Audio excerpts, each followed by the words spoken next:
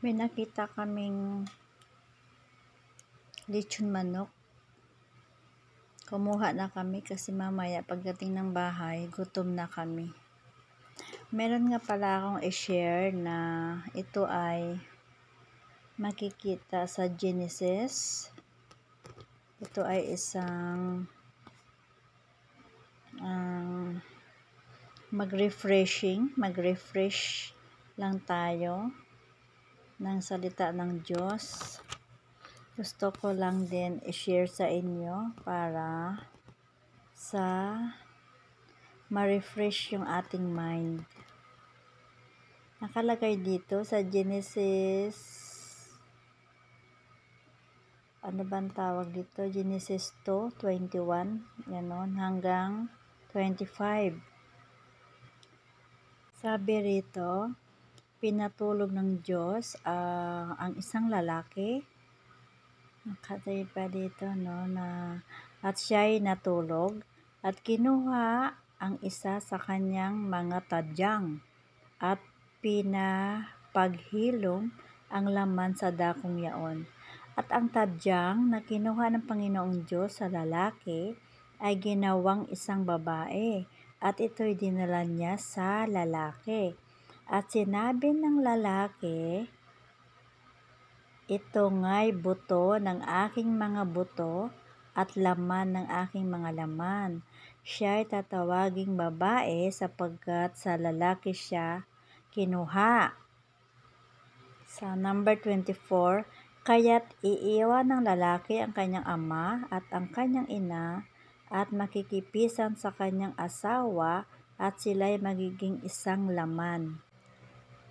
At sila'y kapwa-hubad, ang lalaki at ang kanyang asawa, at sila'y hindi nagkakahiyaan. Makikita siya sa Genesis 2:21 hanggang 25. Ayan po ay I'm just sharing some of the mga laman ng ating salita ng Diyos. Kahit papaano, paminsan-minsan, mag-refreshing tayo sa salita ng Diyos upang tayo ay hindi maluko, meron tayong kaalaman. At ito ay napapatunayan dahil ito ay isang salita ng Diyos.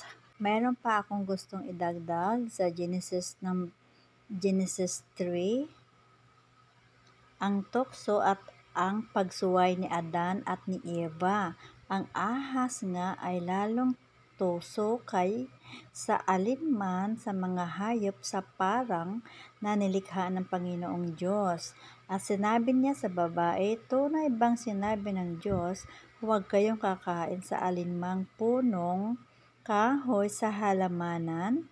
At sinabi ng babae sa ahas, sa bunga ng mga punong kahoy sa halamanan ay makakakain kami.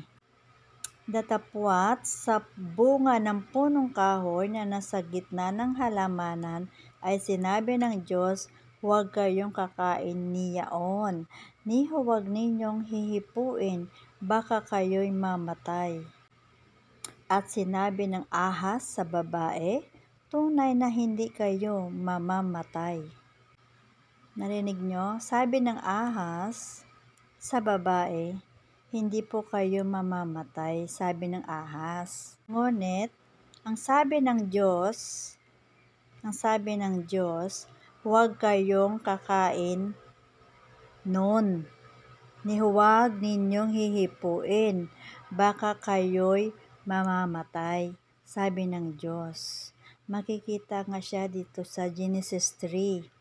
Genesis 3, 1, 2, 3, 4 hanggang 4. Yun, ganun.